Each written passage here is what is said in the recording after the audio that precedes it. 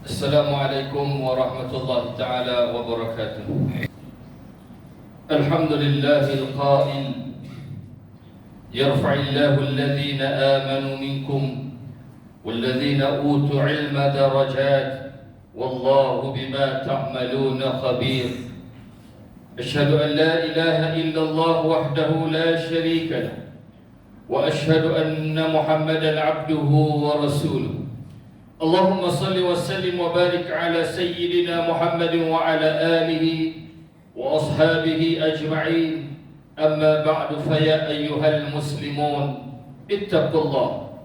Usikum wa iyaya bitaqwallahi faqad faza muttaqun. Qala Allah ta'ala fi kitabihil aziz, ya ayyuhalladzina amanu ittaqullaha haqqa tuqatih wa la tamutunna illa wa antum muslimun. Muslimin yang dirahmati Allah Subhanahu wa taala sekalian. Pada hari yang penuh keberkatan ini, marilah kita meningkatkan ketakwaan kita kepada Allah Subhanahu wa taala dengan menunaikan segala perintahnya dan meninggalkan segala bentuk kemungkaran dan maksiat. Bersempena dengan sambutan Hari Guru yang diraihkan pada 16 Mei setiap tahun, mimbar masjid, surau turut mengambil kesempatan membicarakan khutbah yang bertajuk Guru Berkualiti Melahirkan Generasi Rabbani. Hadirin yang dimuliakan Allah Subhanahu wa taala sekalian, menurut tafsir pimpinan Ar-Rahman, Rabbani bermaksud menyembah Allah Subhanahu wa taala dengan ilmu dan amal yang sempurna. Justru generasi Rabbani ialah masyarakat dan murid-murid yang dididik pada hari ini dengan ilmu fardu ain yang berasaskan akidah, syariah dan akhlak yang dapat menyelamatkan daripada kemurkaan Allah Subhanahu wa taala. Hasil dari didikan seorang guru yang mengamalkan ilmu yang disampaikan. Dalam hal ini Allah Subhanahu wa taala telah menggambarkan masyarakat Rabbani melalui firman-Nya dalam surah Ali Imran ayat 79. A'udzubillahi minasyaitonir rajim. Ma kana li basharin an yu'tiyahu Allahu al-kitaba wal hukma wan nubuwwah thumma yaqulu lin-nasi kunu 'ibadan li min dunillah walakin kunu rabbaniyyin bima kuntum tu'allimuna al-kitab wa bima kuntum tadrusun. Tidak sepatutnya bagi seseorang manusia yang Allah berikan kepadanya kitab, hikmah atau kebijaksanaan dan kenabian, lalu dia berkata kepada manusia, hendaklah kamu menjadi penyembah-penyembahku selain Allah. Akan tetapi hendaklah dia berkata, hendaklah kamu menjadi orang-orang yang Rabbani, yakni yang hanya menyembah Allah dengan ilmu dan amal yang sempurna, kerana kamu selalu mengajarkan isi kitab Allah dan disebabkan kamu sentiasa mempelajarinya. Kaum muslimin yang dirahmati Allah Subhanahu wa taala, guru insani boleh diterjemahkan sebagai suatu usaha membangkitkan roh dan jiwa guru ke arah memartabatkan profesion keguruan berasaskan falsafah pendidikan guru. Ini juga memfokuskan kesediaan para guru mendukung apresiasi falsafah pendidikan guru dengan memberikan penekanan kepada jati diri dan kenegaraan, roh dan jiwa guru serta pengetahuan dan kemahiran. Justru Allah Subhanahu wa taala telah menjanjikan satu kedudukan atau martabat yang tinggi pada para guru yang telah dikurniakan ilmu pengetahuan, sebagaimana dinyatakan dalam firman Allah Subhanahu wa taala dalam surah Al-Mujadalah ayat 11 pada permulaan khutbah, yang bermaksud Allah akan meninggikan orang-orang yang beriman dalam kalangan kamu dan orang-orang yang diberikan ilmu pengetahuan beberapa darjat, dan Allah Maha mengetahui apa yang kamu kerjakan. Guru merupakan pekerjaan yang mulia. Peranan guru yang mengolah tingkah laku manusia yang dianggap sebaik-baik kejadian haruslah mematuhi etika profesion keguruan yang telah digariskan. Menurut Imam Al-Ghazali rahimahullah, sifat idealistik terhadap profesi keguruan, termasuklah beriman, berilmu, beramal dan mendidik. Seorang guru merupakan insan profesional yang bertanggungjawab mendidik dan mengajar anak-anak didik dengan pengalaman dan pengetahuan yang dimiliki, sama ada secara formal maupun secara tidak formal. Maka dengan peranan yang sangat mulia ini, anak bangsa hari ini atau generasi akan datang boleh dibentuk menjadi sebuah masyarakat madani yang menepati acuan Islam.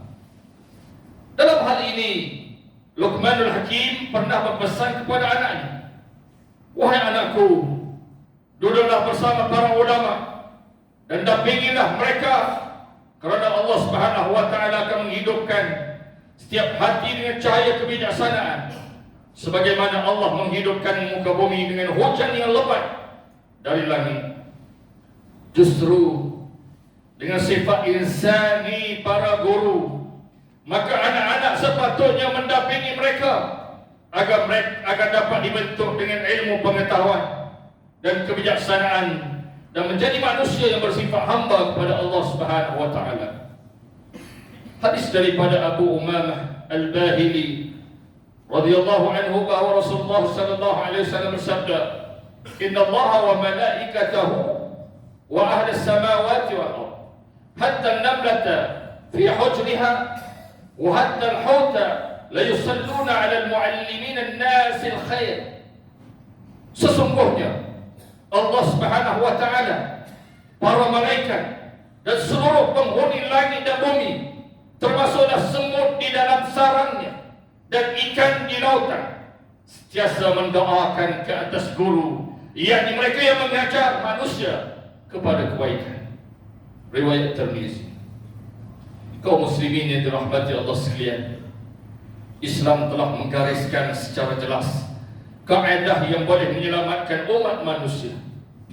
Dengan merujuk surah Luqman ayat 13 hingga 19, kita akan memperolehi garis panduan yang jelas untuk membina generasi baharu yang bersifat rabbani. Antaranya, Allah Subhanahu wa taala telah berfirman dalam surah Luqman ayat 13, "A'udzubillahi minasyaitonir rajim. Wa iz qala Luqman libnihi wa huwa ya'izuhu ya bunayya la tusyrik billah. Inna syirka la zulmun azim." Yang bermaksud, dan ingatlah ketika Luqman berkata kepada anaknya di waktu dia memberi pelajaran kepadanya, "Wahai anakku, janganlah engkau mempersekutukan Allah, yakni dengan sesuatu yang lain. Sesungguhnya perbuatan mempersekutukan Allah adalah satu kezaliman yang amat besar." Inilah asas kepada pembentukan watak perilaku manusia yang sejati. Tidak ada kemusnahan yang paling besar melainkan dengan melakukan perbuatan syirik kepada Allah Subhanahu wa taala. Justru generasi yang diharapkan ialah generasi yang selamat akidahnya, mendirikan salat serta meninggalkan segala larangan-larangan Allah Subhanahu wa taala. Hadirin Jumat yang dimuliakan, warga guru yang beriman, warga guru yang beramal dan juga sebagai penyelamat ummah, hendaklah bersifat dengan sifat berikut. Pertama, bersifat zuhud, yang bermaksud tidak memikirkan soal penghormatan dan balasan atau buat kebenaran, tapi sebaliknya ikhlas mengharapkan keredaan Allah Subhanahu wa taala. Yang kedua, tazkiyatun nafs, iaitu mempunyai jiwa yang bersih dan murni, bersih daripada segala bentuk penyelewengan akidah, syariat dan akhlak serta adat, mempunyai kepribadian tinggi, tidak angkuh, riak, ujub dan segala bentuk sifat tercela. Ketiga, mempunyai kehebatan dan kehormatan. Ini bermaksud mempunyai sifat rendah diri, mampu bergaul dan menangani murid, serta mempunyai sifat keibubapaan yang penyayang. Keempat, kompeten, iaitu punya kecerdasan. Guru yang kompeten adalah tunjang utama dan kepada pencapaian akademik murid. Jadikan ilmu fardu ain, iaitu akidah, syariah dan akhlak sebagai teras, dan keutamaan kerana ia dapat menyelamatkan dirinya dan anak didiknya daripada api neraka. Kaum muslimin yang dirahmati Allah Subhanahu wa taala sekalian, akhir khutbah pada kali ini sama-samalah kita mengambil pengajaran dan ibrah seperti berikut. Pertama, umat Islam hendaklah yakin bahawa ilmu yang bermanfaat akan menyelamatkan ummah daripada api neraka. Kedua, umat Islam yang menjadi guru hendaklah benar-benar ikhlas dalam mendidik keluarga, anak murid dan masyarakat. Ketiga, umat Islam dah yakin bahawa kewajiban dalam mengajar ilmu pengetahuan menjanjikan pahala yang tidak akan terputus walau dengan kematian, bahkan selepas mati sekalipun.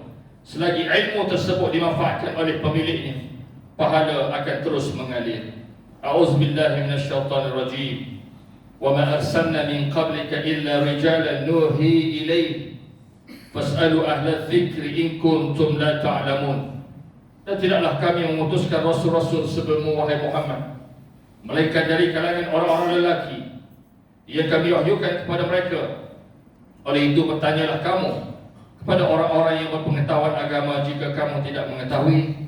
An-Nahl ayat 43. Barakallahu li wa lakum bil Qur'anil azim wa nafa'ani wa iyyakum bima fihi minal ayati waz zikril hakim. وتقبل مني ومنكم تلاوته إنه هو السميع العليم. أقول قولي هذا وأستغفر الله العظيم لي ولكم ولسائر المسلمين والمسلمات فاستغفروه إنه هو الغفور الرحيم.